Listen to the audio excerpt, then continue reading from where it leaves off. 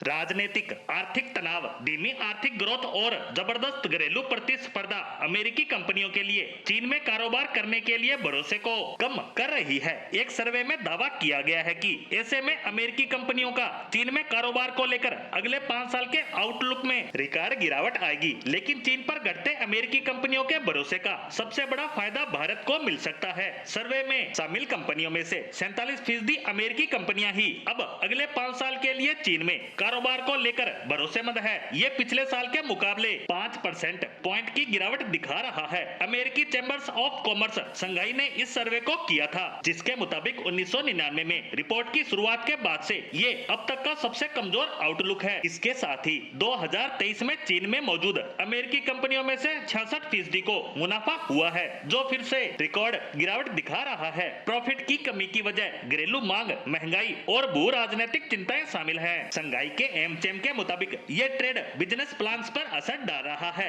इससे अमेरिकी विदेशी निवेश चीन में 2023 में 14% गिरकर 163 अरब डॉलर रह गया है। भू राजनीतिक तनाव अमेरिकी कंपनियों के लिए सबसे बड़ी चुनौती बनी हुई है। इसके साथ ही आने वाले समय में अमेरिका में राष्ट्रपति चुनाव होने वाले हैं और उससे पहले दोनों देशों के रिश्तों को लेकर दुविधा बढ़ रही है। वहीं चीन ने ईवीज यानी इलेक्ट्रिक वाहनों पर 100%, सेमीकंडक्टर और सोलर सेल्स पर 50% और लिथियम आयन बैटरी पर 25% टैक्स का प्रस्ताव इस साल 2 बार टाल चुका है। चीन ने अमेरिका से भी सभी ड्यूटीज तुरंत हटाने की अपील करते हुए धमकी दी है कि अमेरिकी कदम के बदले में वो भी ऐसे ही चार्ज अमेरिकी कंपनियों पर लगा सकता है। इस सर्वे में अमेरिका और चीन के रिश्तों को लेकर सवाल पूछे गए थे, जिसमें 66% कंपनियों ने दोनों देशों के रिश्तों को सबसे बड़ी चुनौती बताया और 70% ने चीन की इकोनॉमिक ग्रोथ को सबसे बड़ी चुनौती माना। वहीं 35% कंपनियों ने चीन के रेगुलेटरी माहौल को पारदर्शी बताया। लेकिन चीन में स्थापित विदेशी कंपनियों में से 60% ने चीन के अंदर स्थानीय कंपनियों को